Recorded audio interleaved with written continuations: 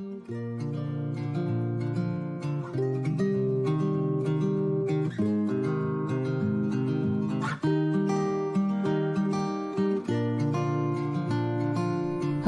മടിയുള്ള ദിവസങ്ങളിലൊക്കെ പെട്ടെന്ന് ഉണ്ടാക്കാൻ പറ്റിയ ഒരു ബൺദോശയുടെ റെസിപ്പിയാണ് ഇന്നിവിടെ കാണിക്കുന്നത്. ഈ ബൺദോശ ഉണ്ടാക്കാനായിട്ട് ഒരുപാട് സാധനങ്ങളൊന്നും വേണ്ട കേട്ടോ. നമ്മളെ വീട്ടിൽ എപ്പോഴും ഉണ്ടാകുന്ന 1-2 സാധനങ്ങൾ വെച്ചിട്ട് തന്നെ നമുക്കിത് തയ്യാറാക്കാം. അപ്പോൾ ഈ പലഹാരം ഉണ്ടാക്കാൻ ആവശ്യമായ സാധനങ്ങൾ എന്തെല്ലാമാണെന്ന് നോക്കാം. 1 കപ്പ് റവ, 1/4 കപ്പ് തൈര്, ആവശ്യത്തിന് ഉപ്പ്. ഞാനിപ്പോൾ 1 കപ്പ് റവ മിക്സിയുടെ ജാറിലേക്ക് ഇട്ട് കൊടുക്കുകയാണ്. ഇനി നമുക്കിതിലേക്ക് 1/4 കപ്പ് തൈരും ആവശ്യത്തിന് ഉപ്പും ചേർക്കാം. പിന്നെ നമുക്ക് ഈ റവ അരയ്ക്കാൻ ആവശ്യമായ വെള്ളം കൂടി ഇതിൽ ചേർക്കേണ്ടതുണ്ട്.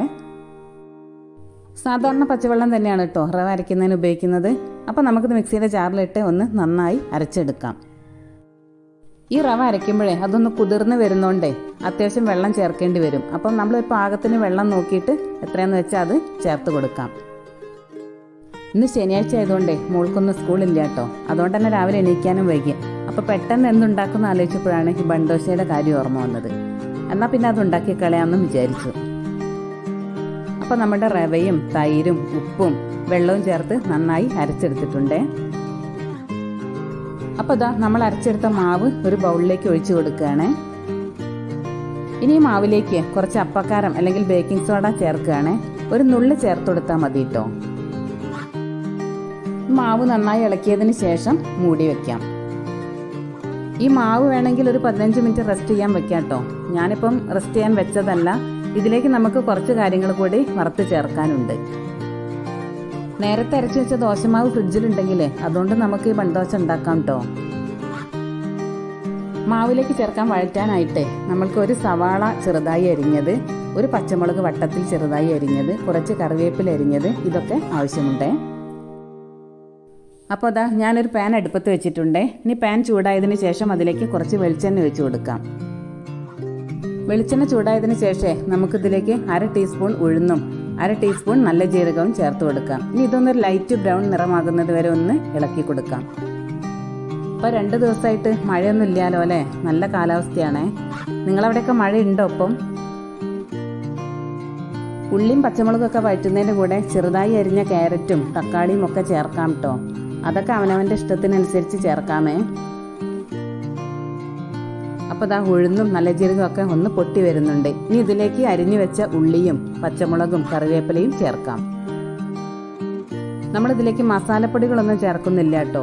ഉള്ളിയും പച്ചമുളകും കറിവേപ്പിലയും മാത്രമേ ചേർക്കുന്നുള്ളൂ.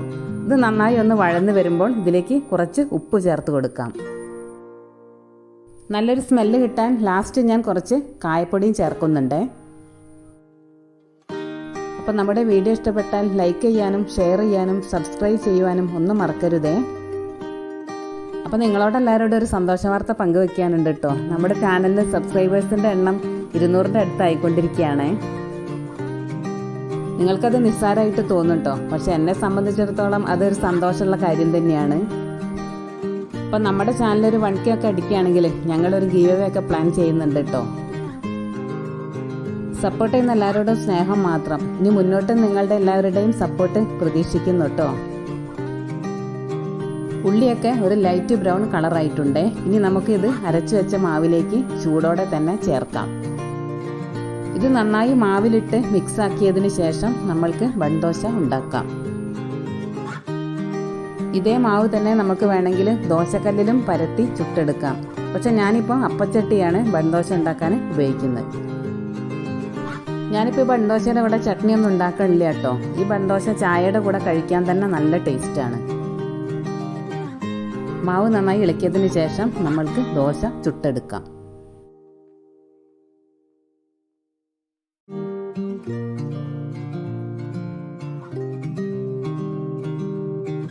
അപ്പച്ചട്ടി സ്റ്റൗവിൽ വെച്ച് ചൂടാകുമ്പോൾ കുറച്ച് വെളിച്ചെണ്ണ ഒഴിച്ചു കൊടുക്കാം. വെളിച്ചെണ്ണ ചൂടാകുമ്പോൾ 1 തവി മാവ് അതിലേക്ക് ഒഴിച്ചു കൊടുക്കാം.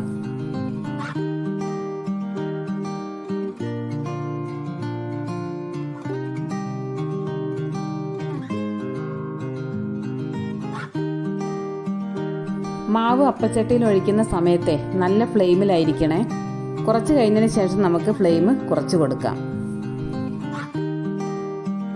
ദോശയുടെ അരിക് ചെറുതായി ഒന്ന് വെന്ത് വരുന്ന സമയത്ത് നമുക്കിതൊന്ന് മൂടി വെക്കാം. ഒന്ന് വെന്തതിന് ശേഷം തിരിച്ചിട്ട് കൊടുക്കാം. തിരിച്ചിട്ട് മറുവശം വെന്തതിന് ശേഷം ഇത് നമുക്കൊരു പ്ലേറ്റിലേക്ക് മാറ്റാം.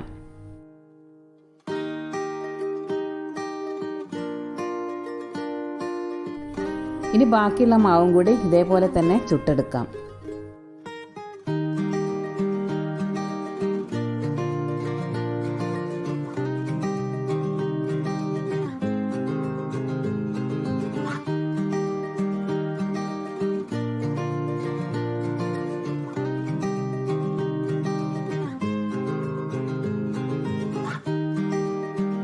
ദോശയുടെ കൂടെ കഴിക്കാൻ നമ്മൾ കുറച്ച് ചായയും കൂടെ ഉണ്ടാക്കുകയാണ്.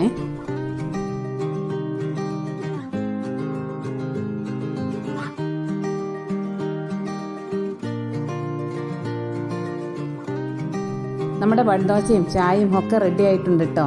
അപ്പോൾ നിങ്ങളെല്ലാവരും ഇതൊന്ന് ട്രൈ ചെയ്ത് നോക്കണേ. സൂപ്പർ ടേസ്റ്റാണ്. നേരത്തെ പറഞ്ഞതുപോലെ വീഡിയോ ഇഷ്ടപ്പെട്ടാൽ സപ്പോർട്ട് ചെയ്യാൻ മറക്കരുതേ. ഇതുപോലെയൊരു റെസിപ്പിയുമായി ഇനി നമുക്ക് മറ്റൊരു വീഡിയോയിൽ കാണാം.